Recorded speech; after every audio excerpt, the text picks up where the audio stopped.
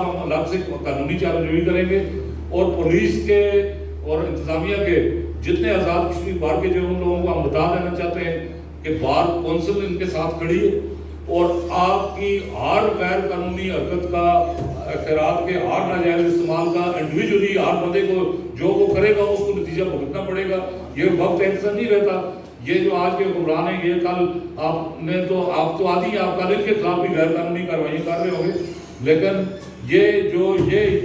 آزاد کشمیر کے عام غریب آدمی پہ جو 76 سال سے جو پولیس کی اور انتظامیہ کی جو بدماشی ہے یہ اس کا کلائمیکس تھا اور یہ اس کا اختتام ہے انشاءاللہ. اور بار کونسل کا جو پہلے سے جو مطالبہ تھا وہ جس طرح ہارون مغل صاحب نے بھی بتایا ہے, بار کونسل کا مطالبہ یہ تھا کہ جو ان کے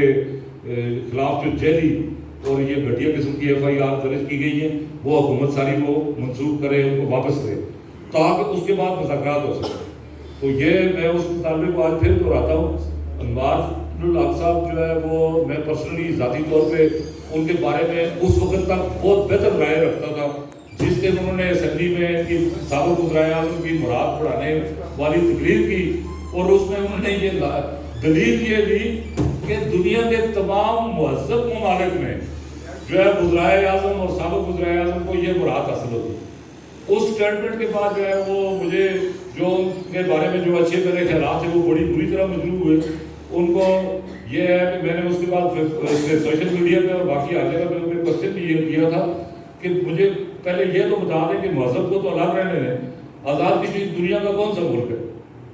یہ UNO کے کسی اس میں کس کا ممبر ہے, کس کا کوئی دنیا کا کوئی ملک ہے آزاد کشمیر؟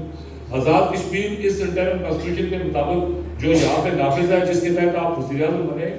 اس کی حیثیت پاکستان کے زیر انتظام ایک لوکل اتھارٹی کی ہے. اس سے زیادہ کوئی اس کی حیثیت نہیں ہے. اور یہ آپ جو تحریک آزادی اور اس سے وابستہ رہنے کا, میں تو یہ سمجھتا تھا کہ جو اسمبلی میں ایک بھی ایسا جو ہے باضمیر آدمی نہیں ہے کہ یہ مطالبات کے بعد اس کو فوری طور پہ اپنی تمام مراد اور وہ سارا کچھ سرنڈر کر دینا چاہیے.